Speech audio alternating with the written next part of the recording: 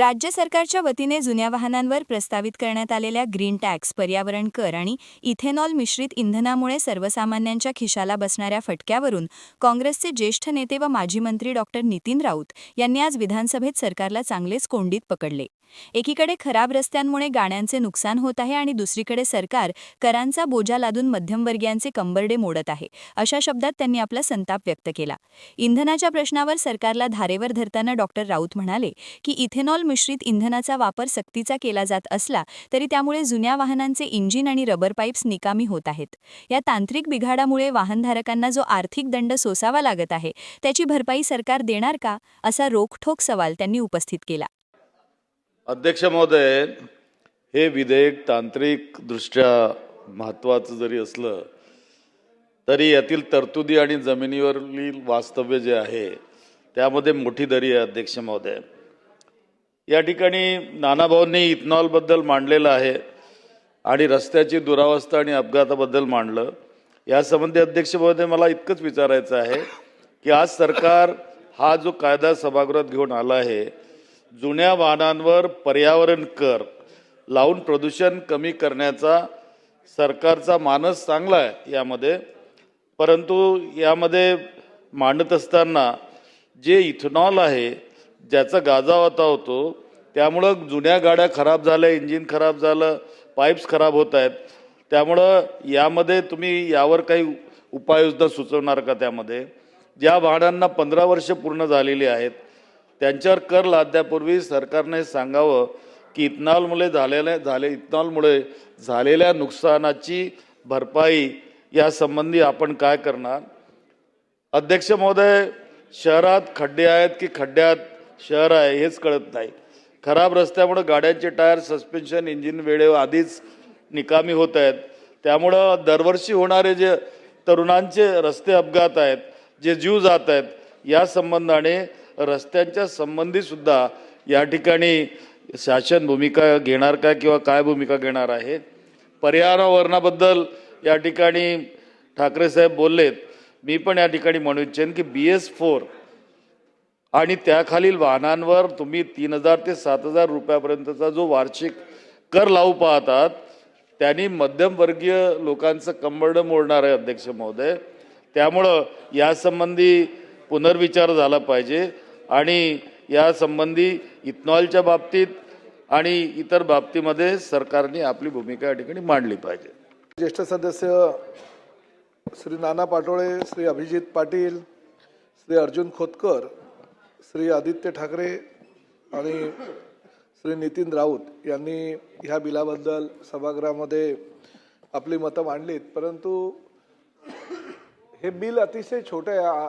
आपल्याला कल्पना असेल की आदरणीय मुख्यमंत्री आणि वित्तमंत्र्यांनी जेव्हा अर्थसंकल्पावरील भाषण केलं त्या भाषणामध्येच त्यांनी ह्या बिलाविषयी जे आता आपण चर्चा करतोय त्या संदर्भात काही घोषणा केल्या होत्या आणि त्या अनुषंगाने ही बिल आणलं गेलं आहे। ही वस्तुस्थिती आहे की आदित्य ठाकरे यांनी सांगितलं की शेजारच्या राज्यातील काही म्हणजे आपल्या राज्याचा टॅक्स बुडवण्याकरता शेजारच्या राज्यामध्ये जाऊन नोंदणी करण्याचं प्रमाण जे आहे किंवा देशातील अन्य राज्यांमध्ये नोंदणी करून आपल्या राज्यामध्ये गाड्या चालवणाऱ्यांचं प्रमाण फार मोठ्या प्रमाणात आहे। म्हणजे उदाहरणच द्यायचं झालं तर ह्या काही गोष्टींमुळे आपल्या महसुलामध्ये फार घट होत असते। म्हणजे 22 डिसेंबर 22 मध्ये गुजरातला 1023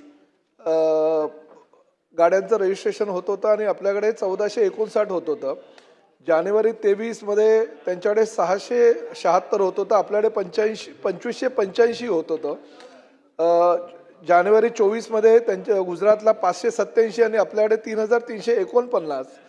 जानेवारी 25 मध्ये गुजरातला 392 आणि आपल्याकडे 2219 आणि जुलै 25 मध्ये गुजरातला 878 आणि आपल्याकडे 751 आणि जानेवारी 26 मध्ये गुजरातला 284 आणि आपल्याकडे 272। म्हणजे फक्त ह्या क्रेनचं रजिस्ट्रेशन करत असताना ही एवढ्या मोठ्या प्रमाणात तफावत आपल्याला आढळून आली आणि त्यामुळे वन टाइम टॅक्समध्ये सुधारणा करण्याचा निर्णय घेतला आणि त्यानुसार माननीय वित्तमंत्री आणि मुख्यमंत्र्यांनी सभागृहामध्ये ती सूचना केली। फक्त 160 रुपये ह्या माध्यमातून आपल्याला 160 कोटी रुपये मिळणार जरी असेल तरी एक शिस्त लावावी आणि जास्तीत जास्त इलेक्ट्रिकल वाहनांना आपल्या राज्यामध्ये चालना मिळावी यासाठी हे बिल आणलेलं आहे.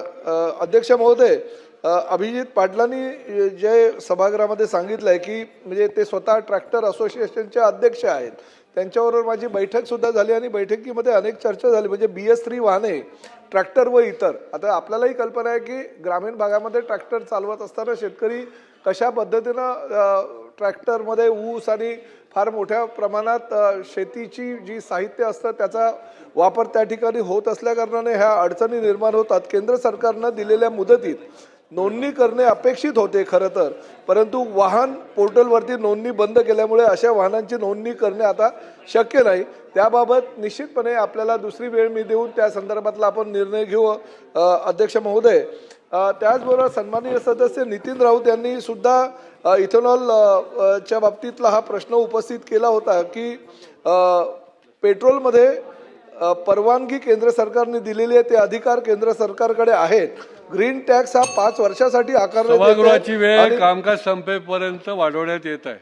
कर हा अपेक्षित असतो. अध्यक्ष महोदय, ह्या बिलामध्ये तसं जास्त काही आम्ही घोषणा काही केलेल्या नाही आहेत.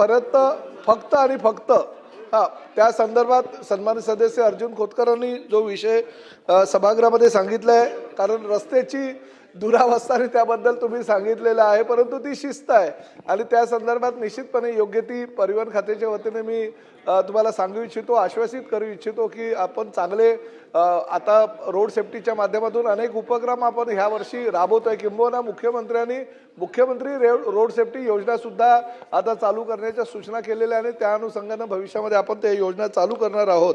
त्यामुळे मी सभागृहाला एकच विनंती करतो की एवढं मोठं काही बिल नाहीये, परंतु पर्यावरणाच्या दृष्टिकोनातून आपल्या राज्याला आवश्यक असल्याने हे बिल सभागृहामध्ये आणलेलं आहे. आपण त्याला मान्यता द्यावी. चला, सभागृहात चर्चेदरम्यान डॉक्टर नितीन राऊत यांनी आक्रमक पवित्रा घेत सांगितले की सरकारने BS4 आणि त्याखालील जुन्या वाहनांवर वार्षिक 3,000 ते 7,000 रुपयांपर्यंत पर्यावरण कर लावण्याचा निर्णय घेतला आहे.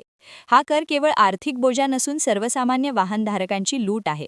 जुन्या गाड्या वापरणारा वर्ग हा प्रामुख्याने मध्यमवर्गीय किंवा अल्प उत्पन्न गटातील आहे.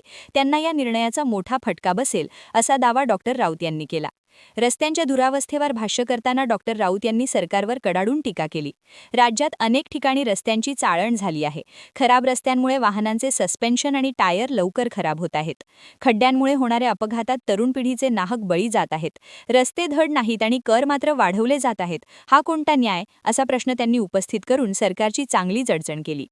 कॅमेरामॅन सचिनसह सनी भोंगाडे, शंखनाद न्यूज, नागपूर. क्या हुआ बहू? माँ, पाइल्स की बहुत तकलीफ हो रही है। तो तुम गुदरोग सर्जन के पास क्यों नहीं गई? देखो, जैसे हार्ट के लिए हार्ट स्पेशलिस्ट, ब्रेन के लिए ब्रेन स्पेशलिस्ट, तो पाइल्स के लिए पाइल्स स्पेशलिस्ट क्यों नहीं? स्त्री हो या पुरुष, टॉयलेट में तकलीफ केवल पाइल्स ही नहीं और भी कई प्रकार के गुदरोग तथा कैंसर भी हो सकता है। इसीलिए इसकी प्रत्यक्ष जांच जरूरी है। ठीक है माँ, पर जांच के लिए हम जाएंगे कहाँ? वही काले आयुर्वेदिक पाइल्स हॉस्पिटल में। लेकिन माँ, प्रेगनेंसी में पाइल्स की दवाइयाँ? प्रेगनेंसी में आयुर्वेदिक दवाइयाँ सुरक्षित होती है। जनहित में जारी काले आयुर्वेदिक पाइल्स हॉस्पिटल, औषधि चिकित्सा तथा सर्जरी ट्रीटमेंट उपलब्ध। हमारा पता उमरेड रोड, दिघौरी बस स्टॉप के पास, नागपुर। अधिक जानकारी के लिए वेबसाइट पर जाएं kalepileshhospital.com।